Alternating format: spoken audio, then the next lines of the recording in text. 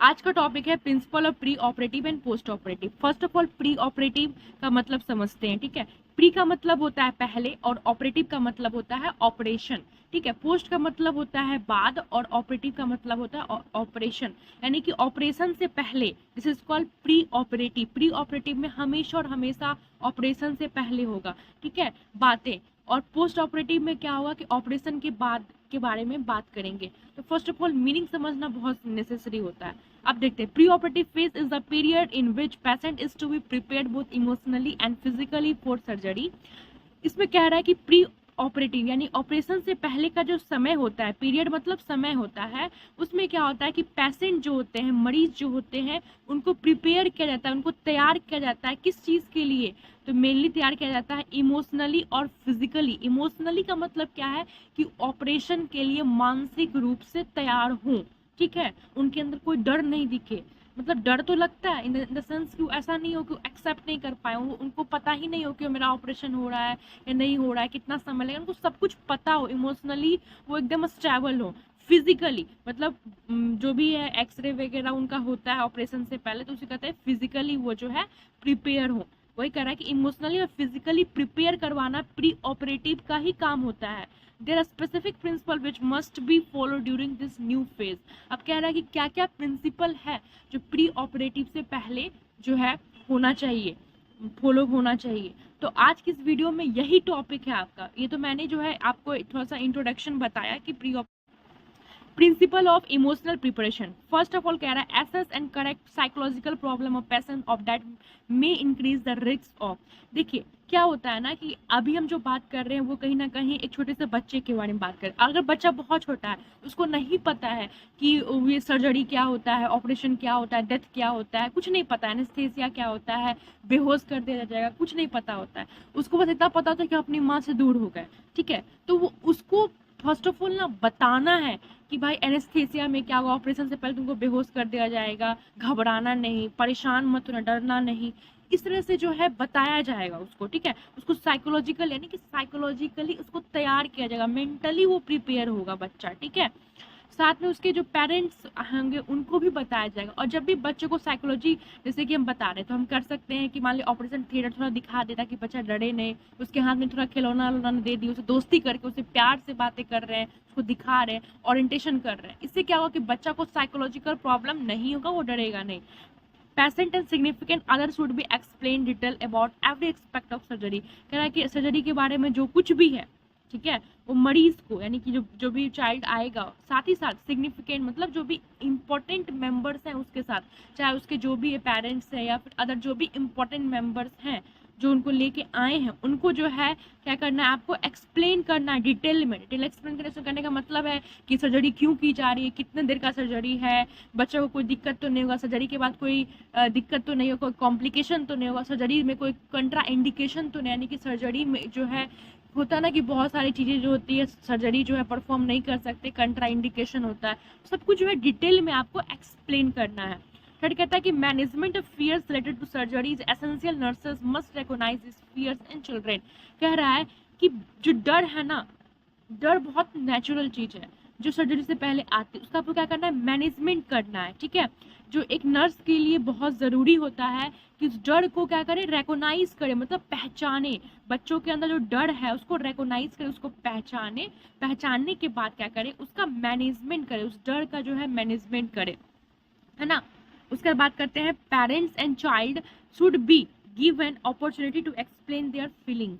तो यहाँ पे चाइल्ड जब भी होगा ना तो वो मरीज ही होगा, क्योंकि हम चाइल्ड के बारे में ही पढ़ रहे हैं, ठीक है। तो जो पेशेंट है यानी कि जो बच्चा है और जो उसके पेरेंट्स हैं, उनको जो है एक अपॉर्चुनिटी देना चाहिए कि एक्सप्लेन करें अपने फीलिंग्स को। यानी फीलिंग्स का पूछने का मतलब, बोलने का ये मतलब हुआ कि जनरली पेरेंट्स के मन में बहुत तरह की बातें होती है, सर्जरी करवाएंगे तो मेरा बच्चा ठीक तो रहेगा नहीं, कोई कॉम्प्लिकेशन तो नहीं होगा, कितना चार्ज लगेगा, क्या होगा नहीं होगा, 10 तरह के सवालें उनके मन में होती हैं, जो कि बहुत एक नेचुरल होता है। तो उस चीज़ों को एज ए नर्स हमें रिस्पेक्ट करनी चाहिए और जो है उनके फीलिंग्स को जो है प्रॉपर जो है एक्सप्लेन करने का क्या देना चाहिए, अपॉर्चुनिटी यानी कि चांस देना चाहिए, है ना। Nurses should be honest and truthful while answering question of parents and children. और नर्सेज को जो है बहुत ही ईमानदारी और सच्चाई के साथ जो है क्वेश्चन का आंसर देना चाहिए, चाहे वो बच्चा हो या फिर पेरेंट्स हो।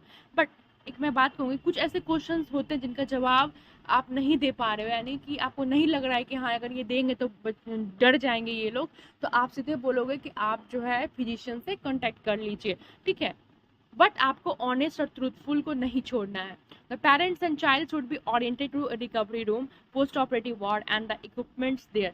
वही मैंने पहले भी बताया था इंट्रोडक्शन में कि जब आप फर्स्ट टाइम छोटा सा बच्चा है, वो जब उसको कुछ नहीं पता, वो जाएगा, वो देखेगा ये ऑपरेशन थिएटर, ये रिकवरी रूम, उसको लगेगा ये क्या है, ठीक है। तो उसको जो है पहले ओरिएंटेड करना है, थोड़ा टॉय वगैरह उसके हाथ में दे दिए, थोड़ा बोले कि देखो ये रिकवरी रूम है, तुमको यहाँ पे लटाया जाएगा, ऑपरेशन हो जाएगा, तो डरना नहीं, तुम ठीक हो जाओगे। पोस्ट ऑपरेटिव वार्ड दिखा देना कि ये पोस्ट ऑपरेटिव वार्ड है, यहाँ पे ये सब इक्विपमेंट्स जिसका इस्तेमाल करके ऑपरेशन होता है, ठीक है। इससे क्या होता है ना कि कोई भी चीज़ के बारे में पता होता है, इंसान घबराता नहीं, एक बहुत नेचुरल चीज़ है, तो वही आपको करना है, ठीक है। नेक्स्ट है principle of physical preparation in pre operative phase, यानी कि प्री ऑपरेटिव फेज जो है उसमें फिजिकली जो है कैसे प्रिपरेशन कर रहे हैं। पहले क्या कर रहे थे हम, इमोशनल प्रिपरेशन कर रहे थे। इमोशनल मतलब मेंटली उसको प्रिपेयर कर रहे थे, जो भी चीजें की गई थी वो इमोशनली करने के लिए। अभी हम फिजिकली प्रिपेयर करें, फिजिकली मतलब उसके बॉडी को प्रिपेयर किया जा रहा है, ठीक है।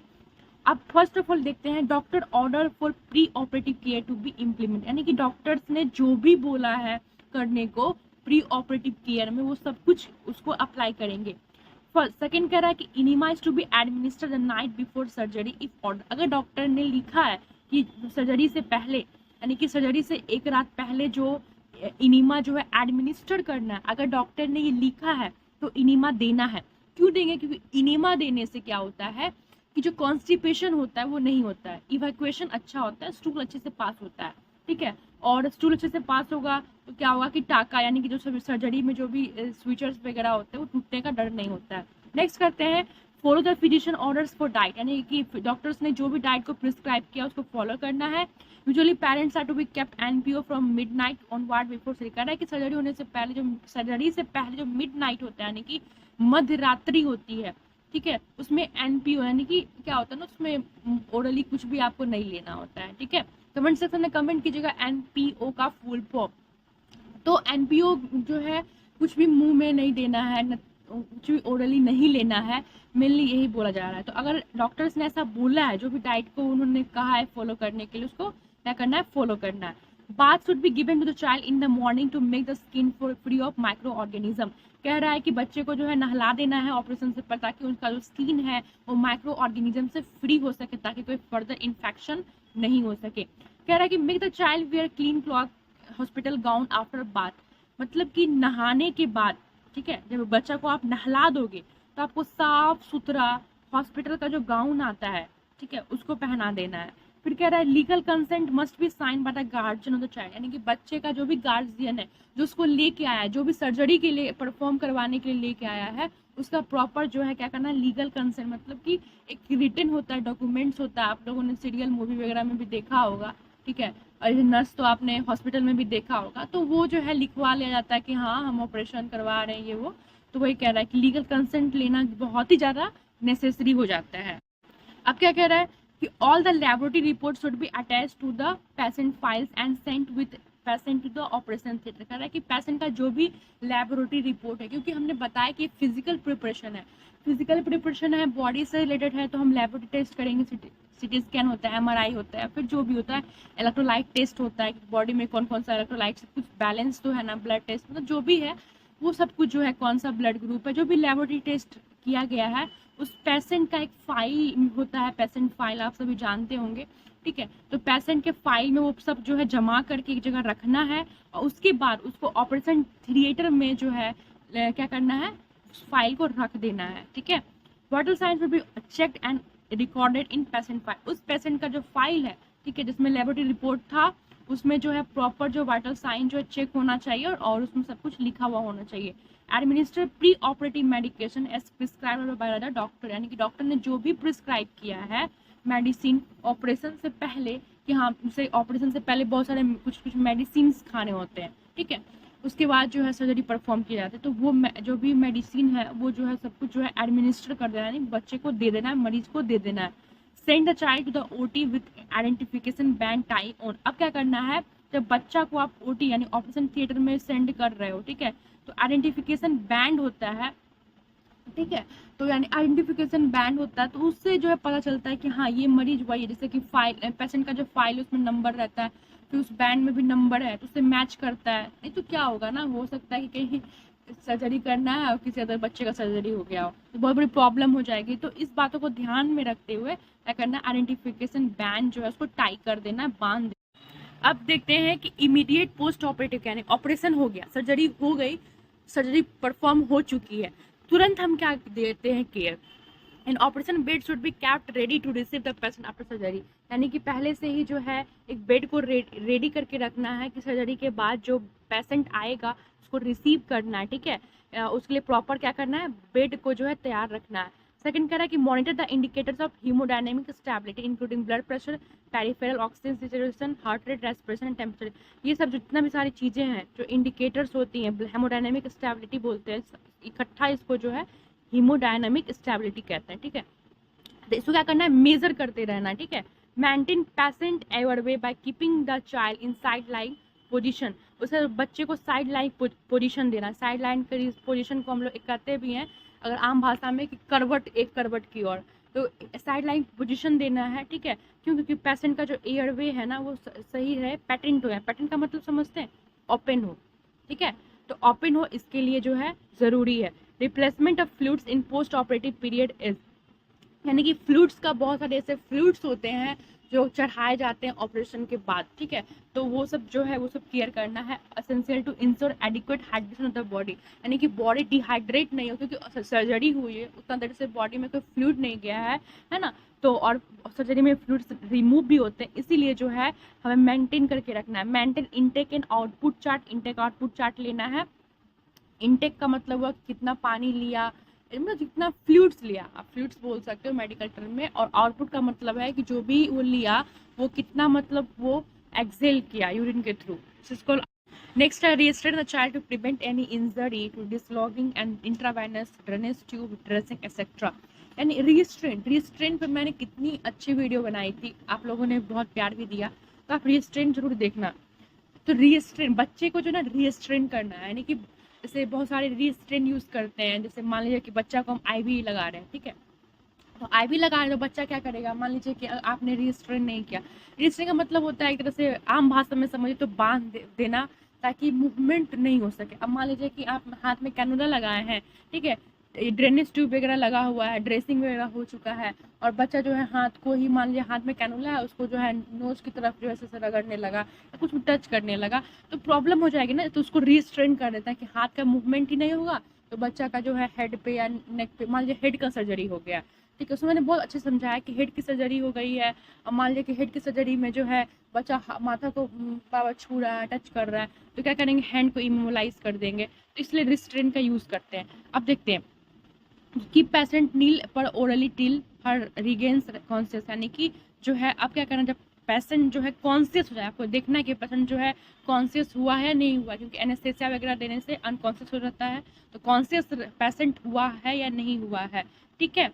अब देखते हैं, यहाँ पे आप देख सकते हो नील पर ओरली। नील पर ओरली का मतलब क्या हुआ, NPO, ठीक है, मतलब ओरली कुछ भी नहीं देना।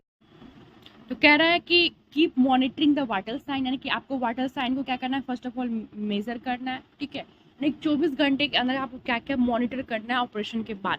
फिर कह रहा है observe the patient for hydration status, यानी हाइड्रेशन स्टेटस को चेक करना है। कैसे चेक करोगे आप, मैंने बताया था ना, इनपुट आउटपुट चार्ट लोगे उसके, तो ये लिखा हुआ है कि इनपुट आउटपुट लेंगे। Any drainage from surgical site, यानी कि जो भी सर्जिकल साइट है वहाँ से कोई ड्रेनेज यानी कोई भी लिक्विड बाहर तो नहीं निकल रहा है, ठीक है।